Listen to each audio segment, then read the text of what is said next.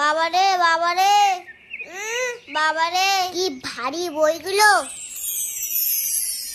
এই নাও ঠাকুর, আমার বইগুলো সব তুমি নিয়ে নাও, আর তোমার সব বিদ্যা বুদ্ধি আমার দিয়ে দাও, যাতে আমার পরীক্ষার আগে পড়তেই না হয়।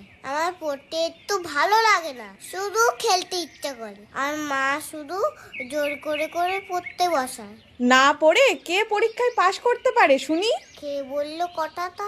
গলাটা যেন চেনা চেনা লাগছে, মনে হচ্ছে ঠাকুরই কথা বলছে। সামনে পরীক্ষা, কিন্তু পুজোর সুতো কাটার সাথে সাথে যেন বইগুলো ঘরে আনা চায়, না হলে পিঠে মার পড়বে। তুমিও এরকম বলছো? তোমার তো অনেক পাওয়ার, আমাকে একটুখানি দিয়ে দেবে, তাহলে আমি এমনি এমনিই পাস করে যাবো। তাহলে আমার মার হাতে কিলচর খেতে হবে না। শুধু কিলচর না, আরো অনেক কিছু অপেক্ষা করছে তোর জন্য। না পড়ার জন্য এইসব ফোন দিয়ে এটেছো তুমি? পুজো হয়ে গেলে যেভাবে বইগুলো নিয়ে এসছিস সেভাবে বাড়ি নিয়ে আসবি, সামনে পরীক্ষা। ও মা, তুমি এতক্ষণ ধরে কথা বলছিলে, তুমি কি আমার সব কথা শুনে নিয়েছো?